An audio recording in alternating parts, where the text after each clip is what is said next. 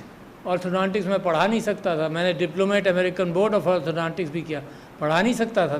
The settled principle was کہ full time آؤ ورنہ ہمیں ضرورت ہی نہیں ہے تمہاری علم کی. تو انسٹیٹیوشن نے بھی بہت کچھ کیا ہے, مگر اس کے باوجود میں پھر بھی ذمہ دار ہوں. تو میں آپ کو بتاؤں صرف ڈینٹسٹری میں, پہلے میں اس کو ٹچ کر لوں. ایک یہ بات اور آپ کو بتا دوں کہ چائنا نے اگر ترقی کی دو چیزوں پر فوکس کیا.